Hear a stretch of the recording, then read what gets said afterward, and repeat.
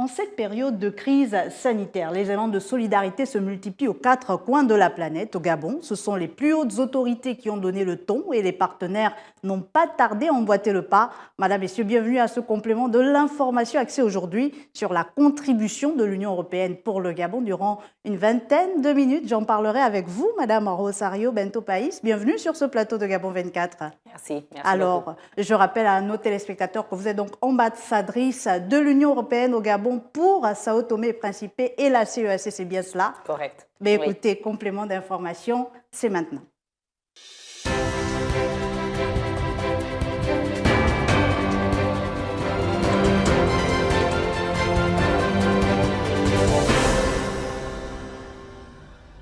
Je vous le disais à l'entame de mon propos, je suis aujourd'hui avec Rosario Bento País, ambassadrice de l'Union européenne au Gabon pour Sao Tomé et Principe et la CEAC.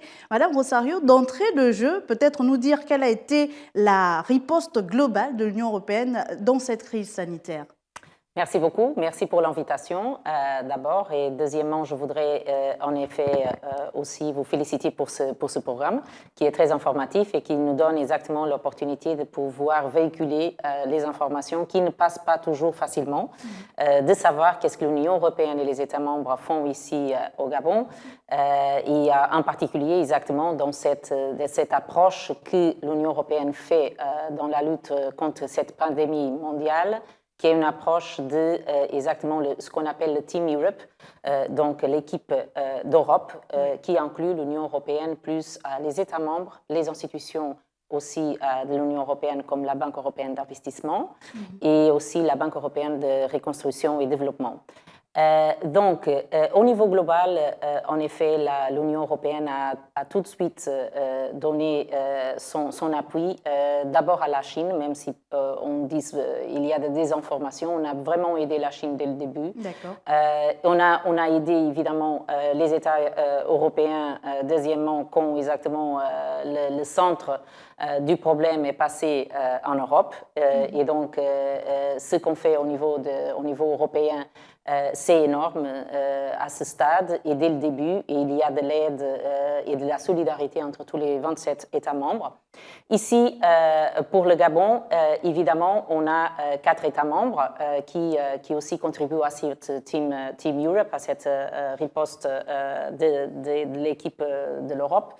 Et on contribue évidemment bilatéralement, mais aussi conjointement entre nous 5, les 4 ambassades ici présentes, de la France, l'Allemagne, l'Espagne et l'Italie, et l'institution de l'Union européenne. Donc, au niveau mondial, ce que l'Union européenne a fait maintenant dernièrement, c'est exactement de mettre le chiffre et en appui direct de 15,6 milliards d'euros au niveau global, qui, en effet, pour l'Afrique, c'est de 3,25 milliards d'euros. Et pour le Gabon?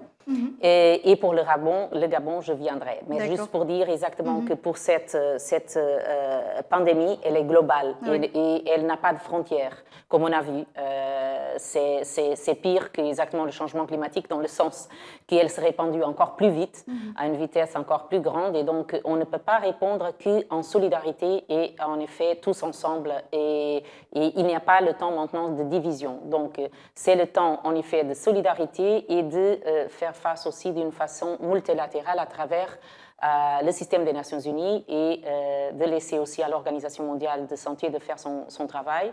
Et pour cela, on a contribué exactement au niveau global pour l'Organisation mondiale de la santé avec 114 millions d'euros au niveau global. Et on continue à soutenir les Nations Unies.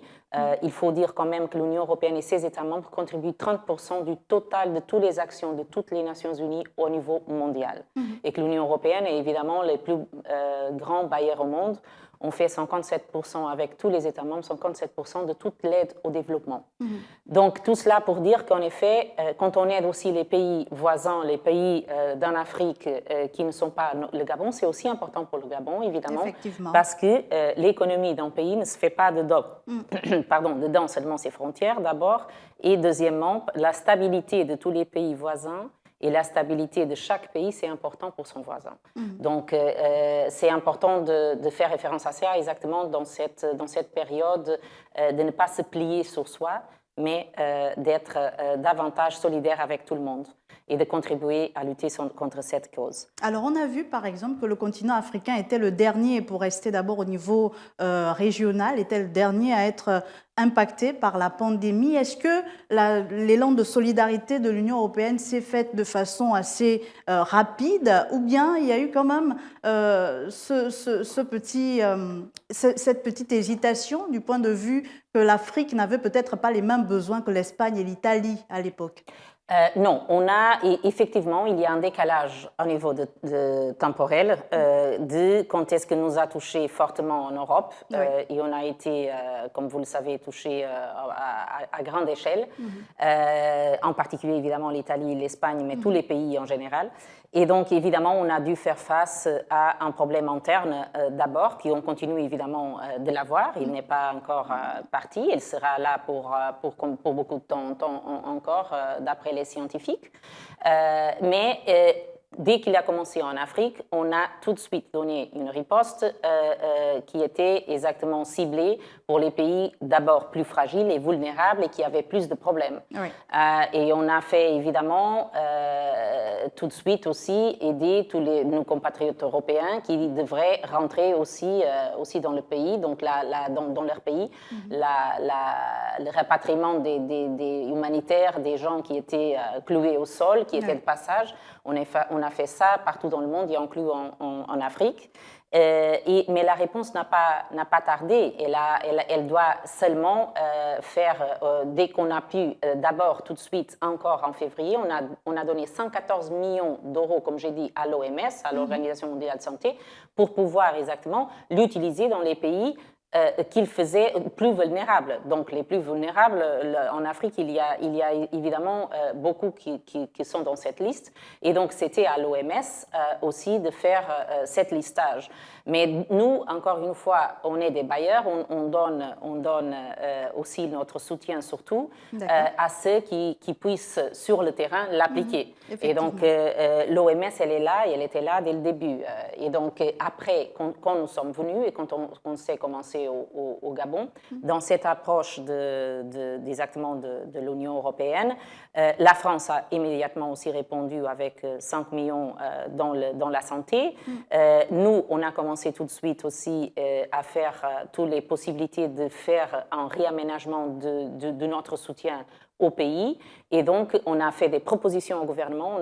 J'ai eu des réunions avec Monsieur le Premier ministre, tous les ministres qui sont concernés aussi de l'économie, etc., pour pouvoir exactement utiliser l'argent directement pour la réponse. Alors, et comment peut donc on apprécier finalement cet appui de l'Union européenne pour le Gabon, puisque il ne s'est pas limité à l'appui financier. Concrètement, est-ce qu'il y a eu par exemple des masques qui ont été achetés, des kits alimentaires, etc. Alors, exactement, ça c'est encore une fois pour la définition de tout ce qu'il faut en termes d'équipement, de protection et les besoins que le pays en a, c'est le pays qui doit le définir.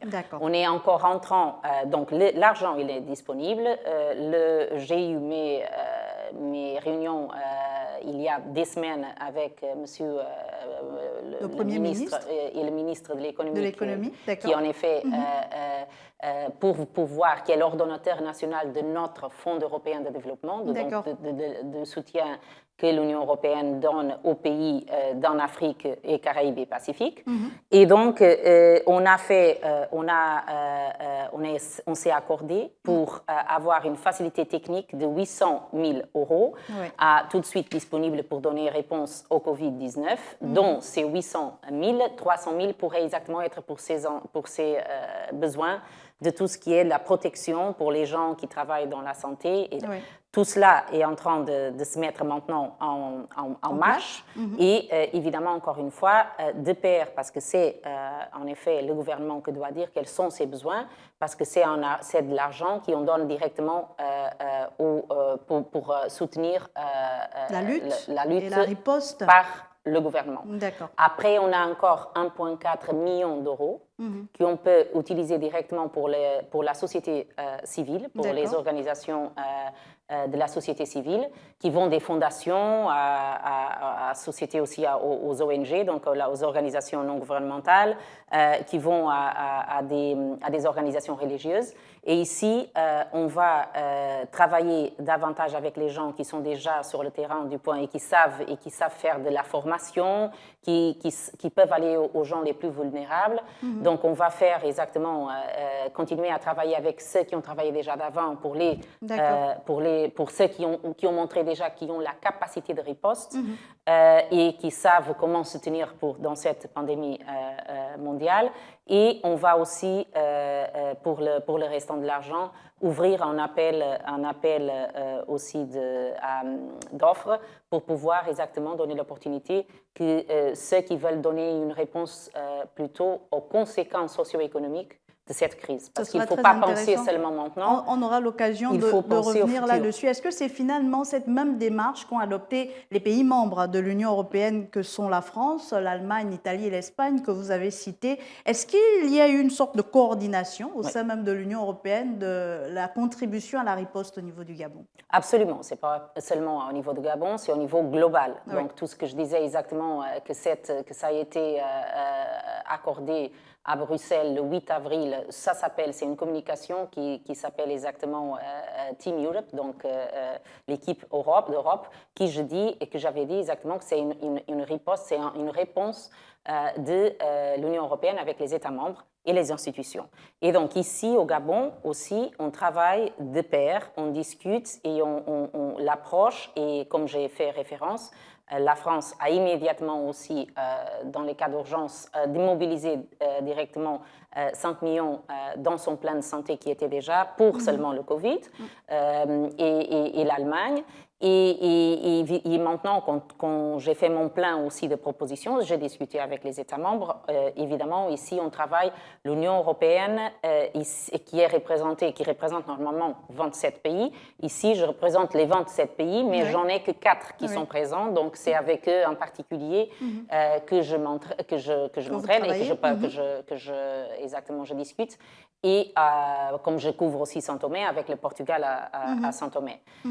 Donc voilà, et en plus, évidemment, on peut la difficulté d'avoir un soutien plus important aussi par le Gabon, c'est que le Gabon est un pays à revenu intermédiaire supérieur. Et donc, on n'a pas la coopération bilatérale que j'en ai dans des pays pauvres ou que j'en ai même à Saint-Thomé et Principe. Mais voilà, je pense qu'avec ce paquet et dans cette perspective de l'équipe d'Europe, on peut, en tant qu'Union européenne et ses États membres, être fiers de ce qu'on peut aider le Gabon, dans le sens qu'exactement, on est présent, on est là, on est pour épauler le Gabon. Alors, est-ce qu'il faut considérer ce partenariat que vous avez avec le Gabon uniquement au sens bilatéral du terme, c'est-à-dire l'Union européenne-Gabon, ou est-ce qu'il a également concerné la riposte, j'entends, elle a également concerné l'ensemble des partenaires techniques avec l'OMS? Est-ce que vous avez eu des discussions au niveau du Gabon même? Oui, bien sûr, avec l'OMS, avec les Nations Unies en général.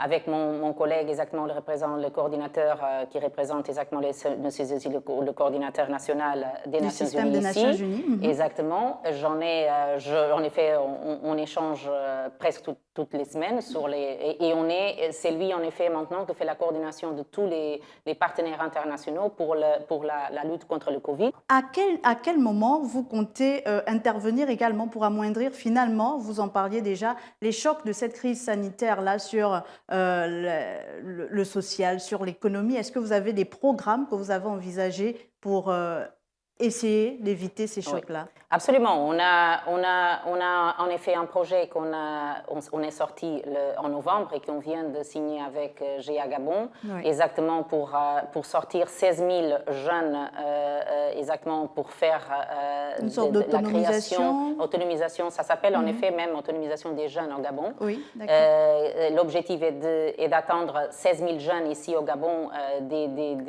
qui sont les moins favorisés, qui sont plus vulnérables et qui sont au chômage, de pouvoir exactement au chômage ou qui n'ont pas les moyens de pouvoir faire et développer leur propre entreprise, donc pour faire même des startups, pour faire exactement créer des emplois. Oui. Donc c'est quand même 16 000 jeunes avec un total d'une contribution financière qu'on a fait de 5 millions d'euros. 5 millions d'euros. Certainement, on va continuer à le faire dans la nouvelle programmation budgétaire de 2021-27 que j'ai discuté avec le gouvernement déjà. Quelles sont exactement les priorités qu'on va faire pour le Gabon? C'est sans doute la création de l'emploi pour les jeunes et les femmes en particulier, mais aussi la digitalisation et le changement climatique. Il ne faut pas oublier ni le changement climatique, ni la protection de l'environnement dans un pays comme le Gabon qui a fait des pas énormes maintenant parce qu'on a cette crise sanitaire. Il faut continuer à faire des efforts et de soutenir le Gabon sur cette démarche et cette capacité d'être devant pour la lutte contre le changement, qui je félicite vraiment le gouvernement pour tout ce qu'ils ont fait pour le changement climatique et pour l'environnement. Donc, cette ligne va continuer dans la nouvelle perspective financière, que c'est le nouveau budget, pour la période 2021. Et c'est bien de le souligner parce qu'on a eu l'impression que 2020 était concentré sur le coronavirus et qu'on a un peu oublié les autres pans de la société, alors que l'État, lui, continue de tourner. Et donc, le partenariat est également axé sur tous ces pans-là de l'économie. Absolument. Et moi personnellement, je fais, je dirais pour l'instant, 70% de mon temps, c'est sur le Covid-19. Mais les 30% sont toujours avec les projets de changement qu'on a, les programmes à ECOFAC au niveau régional pour l'environnement et pour les parcs nationaux qu'on appuie depuis, en effet, plus de 20 ans. Qui on va continuer. On continue toujours à appuyer. On vient exactement de signer encore avec l'ANPN pour le soutenir et qu'on soutient depuis des années aussi. Je signe des contrats tous les jours et des projets qui continuent. Heureusement, ce n'est pas que le Covid, parce que la conséquence socio-économique de cette pandémie, elle va être presque au même niveau que la pandémie elle-même en termes économiques. Je veux dire, elle va toucher tout le monde et gravement en termes exactement de produits internes bruts. Et ce projet d'autonomisation de la jeunesse au Gabon, pour terminer par là avec le projet en question, est-ce qu'il a démarré en novembre? Est-ce qu'il continue malgré le coronavirus ou bien il a été suspendu? Pour reprendre quand exactement? Alors, j'ai signé avec le gouvernement en novembre. On a signé à cause des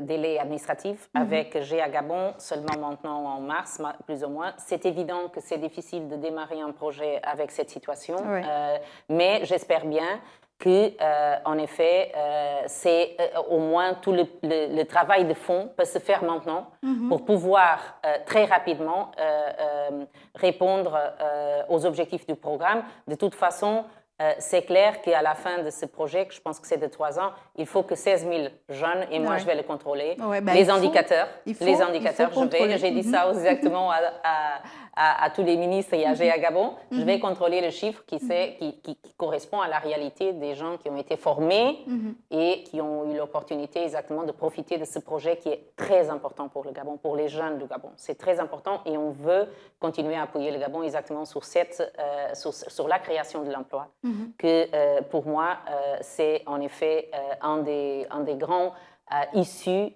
de la crise en général en Afrique et les pays pour qu'ils puissent exactement continuer à évoluer d'une façon saine.